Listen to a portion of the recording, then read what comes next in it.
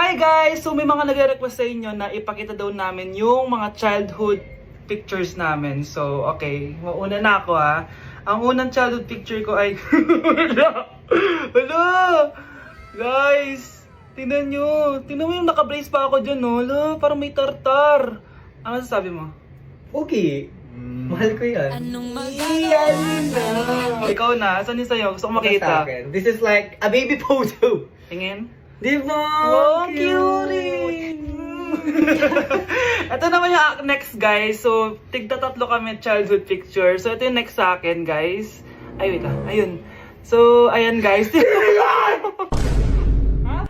Sino yun? Sino yun? Ako! Ayan no! Ba't may picture ka ng ex mo dyan? Picture ng ex ko to. Sino yan? Ha? Sino yun? Anong sino yun? Sino yun? Sino yan? Sino yan? Sino yan? Sino? Sino yan? Kaibigan Sino yan? ko. Ex mo yan. Anong ex? Ex mo yan! Ewan, baka na-save ko lang kanina. Hindi, naghahanap kasi ako kanina ng... Wow! Wow! Ganon? It's not what you think it is, okay? Okay, next na, okay? No! OA mo, ang OA mo. OA mo, dito ka na. Bash, patingin na nasa sa'yo. No. Ano, no? Bash, hindi, ano ba? Parang... Guys, hindi niyo alam na pinaprank ko siya. Nag-walk out siya, guys. Hello, nasasayuin ko muna siya. Bunch! Kakagising ko nga lang pala mga mare. Charot lang, kanina pa ako gising. Habang tumatae nga pala ako mga mare, bigla ako may naisip ng pagkakakitaan. Kaya naman nagpahatid na ako mga mare sa malapit na grocery sa amin. Bagong-bago nga pala itong naisip ko mga mare at wala pa nakakagawa nito. Bumili na nga ako ng mga kakailanganin ko mga mare para hindi tayo maubusan ng stocks mamaya. Pagka uwi ko nga, inumpisan ko na agad magluto mga mare. Para naman marami tayong kitain ngayong araw. Wala talagang lugi dito sa small business na naisip ko. Dahil sa isang pack na to, 200 orders na ang magagawa ko dito mga mare. Kakaiba talaga tong fries ko mga mare. Dahil sinigang powder ang nilagay ko dito mga mare. Ito nga pala yung 70 pesos mga mare. Sobrang sulit na talaga.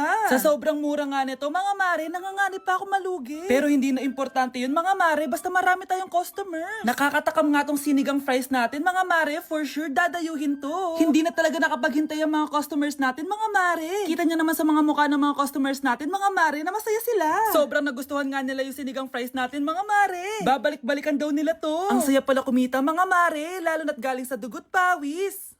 Oh, bakit may pera na naman dito? Pinamigay ko rin ibang pera kahapon na. Kakainis naman. Ma'am, may delivery po kayo. Oh, ano to? Pera na naman? Diyos ko, ayoko neto. Sa'yo na lang kuya. Ayoko din po niyan ma'am. Sa iba niyo na lang po ibigay. Sige na po. Ano ba yan? Ang dami ko ng pera eh. Nay, bakit 300,000 na naman yung binigay mong baon sa akin? Hindi ko pa nga nagagastos yung baon ko last week eh. Tapos biniran mo pa ako ng bagong iPhone at iPad. Bawasan mo yung baon ko ha. Nakakainis ka. Huwag ka na magreklamo. Ang dami na nga natin pera eh. O eto pa. Hindi ko na alam kung saan ko gagastusin to eh. Ay naku, padala kasi ng padala ng pera eh. Tapon ko na lang to. Congrats ma'am! Kayo po ang grand winner ng 5 million pesos! Ano ba yan? Pera na naman. Pwede bang hindi ko tanggapin yan? Dami ko ng pera eh. Ay, bawal na po namin kunin to ma'am. Sa'yo na po to. Congrats po ulit! Ba't pa ako nagising? Sana ganun na lang yung problema ko. Okay, class. Oh, Jessica. Buti pumasok ka pa. Ang dami mo na miss na quiz. Bagsak ka na sa akin. Nagbakasyon ako. Na-stress kasi ako sa'yo. Ang dami mo kasi pinapagawa. Aba, bakit? Hindi lang naman ikaw yung pinapagawan ko. Lahat kayo. Ano ka dito, prinsesa? Oo. Sa bahay namin, ako ang prinsesa. Kaya kayong lahat, sumunod kayo sa akin. Pumunta ka sa guidance office. Hindi po, ate. You go to the principal's office. Tandaan mo, kami ang nagpapasahod sa'yo, di ba? Ano nangyari kay ma'am? Hala si ma'am! Ang ganda-ganda ko na naghanap ka pa ng iba. Hala, heartbroken ata si Cheska. This sir, feeling main character kasi. Tumatawa ka? Masaya kayo, ha? Kapag heartbroken ako, bawal maging masaya. Eh ano naman kung heartbroken ka? Pakinamin. Oh, come on, Samantha. Hindi mo pa naman na-experience sa magka-jowa. Kasi walang nagkakagusto sa mukhang yan. Hi! Ako pala si Scarlett. Bago lang ako dito.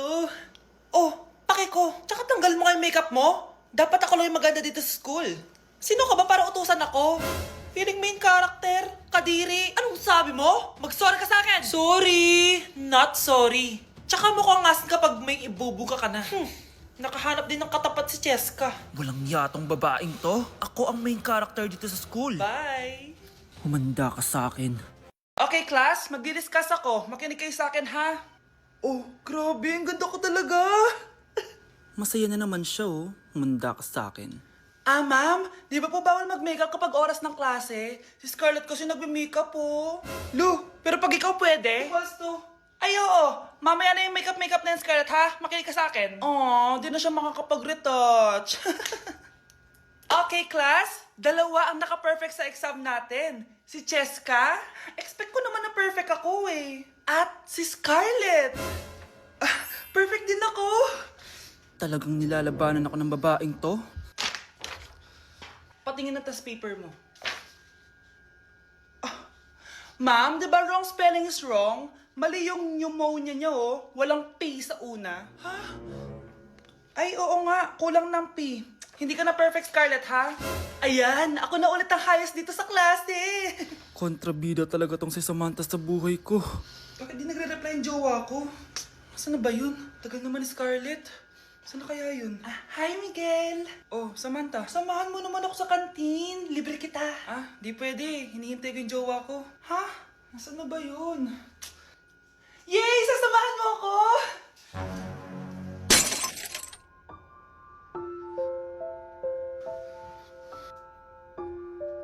Ha? Wala naman ako sinabi! Scarlett? Mainis ka lang. Dapat lang sa'yo. Lahat na lang kinukuha sa akin ni Samantha. Ibubunyag ko na yung sekreto ng pamilya niyo. Anak, sigurado ka na bang itutuloy mo yung pagpunta mo sa ibang bansa? Huwag ka na malungkot, Nay. Kailangan ko magtrabaho doon. Para sa inyo ni Kyle. Ate, mamimiss ka namin. Basta anak ha, palagi kang mag-iingat doon. Kapag inaabuso ka nila, tawagan mo lang ako. Ano ka ba, Nay? Think positive lang tayo, ha? Sige na, baka malate pa ako sa flight ko. Bye-bye na, mamimiss ko kayo. Bye, anak. Nay, tumatawag si ate. Talaga? Hello, anak. Kamusta ka na? Nay, nakuha ko na sweldo ko. Nagpadala pala ako sa inyo, ha? Kumain kayo sa labas. Salamat sa binigay mo, anak, ha? Okay ka lang ba? Kapag may problema ka, tumawag ka lang, ha? Opo, Nay. Mababait yung mga amo ko. Huwag ka mag-alala. Nay, may pinadala si ate, oh. Nakamaleta pa. Surprise, Nay! Mga damit at sapatos yan para sa inyo. Siyempre, may chocolate din. Naku, anak, nag-abala ka pa. Pero salamat, ha? Sana inipon mo na lang yung pinanggas mo dito. Okay lang, Nay. Tinaasan nga nila yung sweldo ko kasi magaling daw ako maglinis ng bahay. Sige, anak. Galingan mo palalo, ha? Wow, ang daming laman! Bakit di sumasagot si Scarlett? Baka busy. Anak, tumawag na ba ate mo? Ilang araw na siyang di tumatawag ah. Nay, may tumatawag. Ay, salamat sa Diyos, tumawag na. Hello anak. Nay, may pinadala ulit sa ate. Ang bigat. Ano? Anong nawawala? Ano kaya naman nito? Hello? Hello?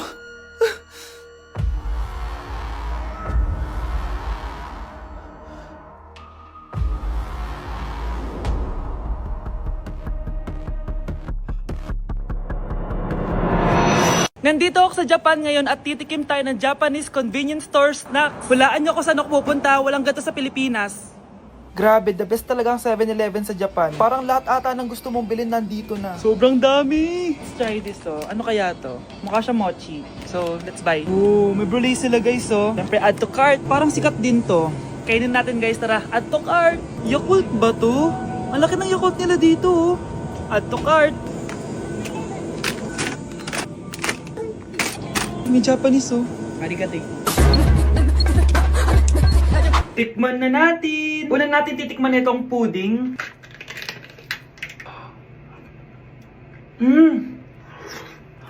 Lasa siyang lotion. Lasang lotion na! I'll give it 6 out of 10. Next, chips na lasang spinach pizza. Parang maanghang siya. Kalasa nga guys. Sarap. 7 out of 10 to. Yung kamay. Sa mga drinks naman, so first, ito. Alam niyo yung sa Kmart, yung banana na lalagay ko dyan. Ganun yung lasa niya, pero hindi masyadong matamis. So, 7 out of 10. Favorite. Next, eto guys, super cute neto kaya kinuha ko. So, parang siyang mochi. Pero di ko alam kung ito. Wala kasi siyang English subtitle. Ang cute niya! Tapos amoy sabon. Alam mo yung Kojic, ganun. Ganun yung amoy niya. So, ito yung itsura niya. Candy ata to eh. Para kang ngumunguya ng sabon. 3 out of 10 ka lang, be. Okay, next, itong Pringles na lasang chicken barbecue. Ba't may ganun? Amoy na natin. Amoy biryani. Actually, masarap siya. Alam mo yung biryani na chicken, gawin yung lasa niya pero Pringles. 7.5 out of 10 to. Next, itong Jollibee na parang sweet potato. Ano natin? Mukha talaga siyang fries. Ayan. Parang nanak malasahan sa lahat ng mga kinain ko. Masarap siya, pero wala siyang lasa. Go. Yan. 5 out of 10. Hindi ko siya bibilin ulit. Next is yung dessert natin, tong brulee. Brulee? Ayan, ayan yung tsura niya guys. And alam ko, binabasag to. Yan o. Ayan, oh, ayun o. Ang tamis masyado. Tamis. Favorite niya to eh. Okay, last natin is yung Yakult. Lasang Yakult. Na mas marami lang. So yun lang naman. Kung gusto nyo ng part 2, mag-rate pa ako ng ibang Japanese food dito. So comment lang kayo sa baba.